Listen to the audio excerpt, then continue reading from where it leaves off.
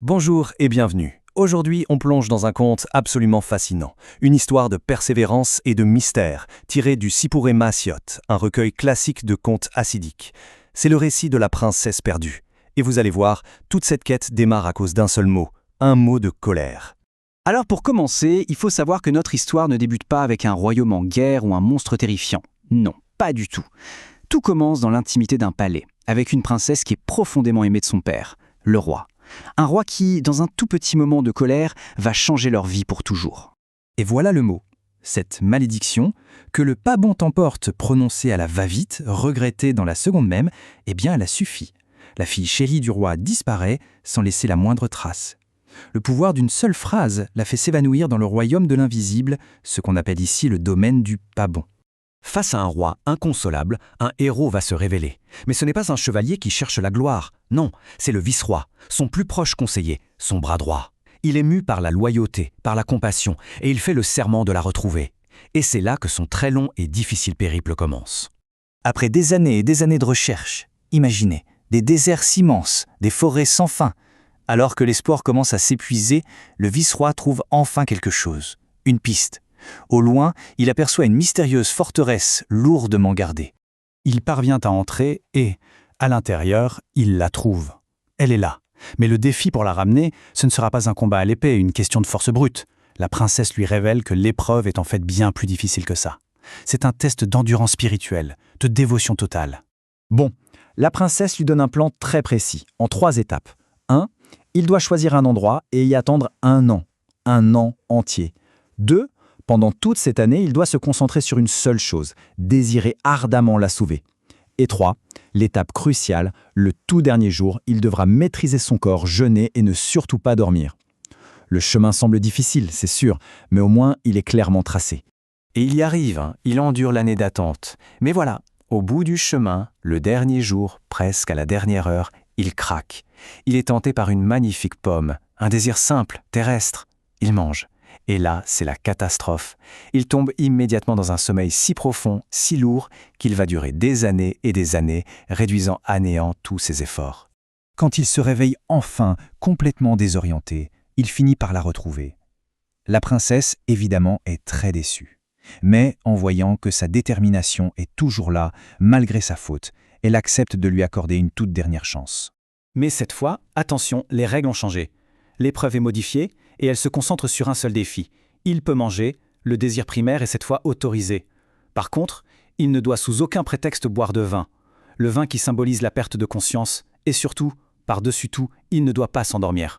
Et une fois de plus, il persévère. Une année entière. Et une fois de plus, le dernier jour, il fait face à une nouvelle tentation. Il voit une source dont l'eau ressemble à du vin, qui sent le vin. Convaincu que ce n'est qu'une illusion, que c'est de l'eau, il fait un choix qui va s'avérer fatal. Le coup de cette petite gorgée est absolument catastrophique. Il s'endort. Et cette fois, son sommeil va durer 70 ans. Une vie entière. Toute une vie qui s'écoule, perdue, à cause d'un seul instant de faiblesse. Et pendant ce sommeil interminable, la princesse passe près de lui dans un carrosse. Elle essaie de le réveiller, mais rien à faire. C'est impossible. Son chagrin est immense de le voir là, si près du but et en même temps si loin, prisonnier de son sommeil. Avant de disparaître à nouveau, elle lui laisse un dernier espoir. Sur un mouchoir, elle écrit un message, pas avec de l'encre, mais avec ses propres larmes. Une trace de son chagrin, mais aussi peut-être de sa foi en lui. 70 ans plus tard, quand il se réveille enfin, vieilli, il trouve ce mouchoir. En le tenant face au soleil, les larmes séchées révèlent un message. Sa quête n'est pas terminée. Non, elle s'est transformée en quelque chose d'encore plus fantastique et, en apparence, de complètement impossible. Le vice-roi se remet donc en route. Il erre de nouveau pendant des années. Il comprend très vite qu'une montagne d'or et un château de perles, ça ne se trouve sur aucune carte. Sa quête le pousse donc au-delà des limites du monde connu, vers les grandes forces primordiales de la nature. Sa quête l'amène à rencontrer 3 géants surnaturels. Le premier, le maître des animaux. Il ne sait rien.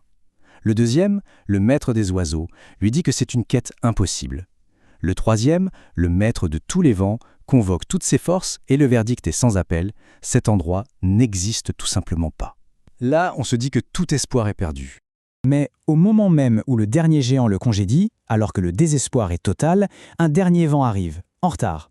Il s'excuse et donne la raison de son retard. Il vient tout juste de déposer la princesse à destination.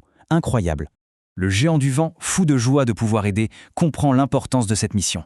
Il offre alors au vice-roi des cadeaux pour l'aider dans la toute dernière étape de son voyage, un moyen de transport et une source de richesse inépuisable. Grâce à ces dons, le voilà transporté instantanément. Il arrive aux portes du fameux château de Perles. Il soudoie les gardes sans aucun problème et il entre dans la ville. Il est prêt pour l'acte final de sa quête, qui a duré plus d'une vie. Et c'est là-dessus que l'histoire se termine, sur cette note mystérieuse et très puissante. Le récit ne décrit pas la confrontation finale, la ruse ou le combat. L'important, ce n'est pas le comment, c'est le résultat. Le succès ultime qui est le fruit d'une persévérance qui a défié le temps, l'échec, absolument tout. Et ça nous laisse avec cette question. Qu'est-ce qui compte le plus dans un voyage qui est défini par l'échec, par la dévotion totale et par un sauvetage dont on ne connaîtra jamais les détails ?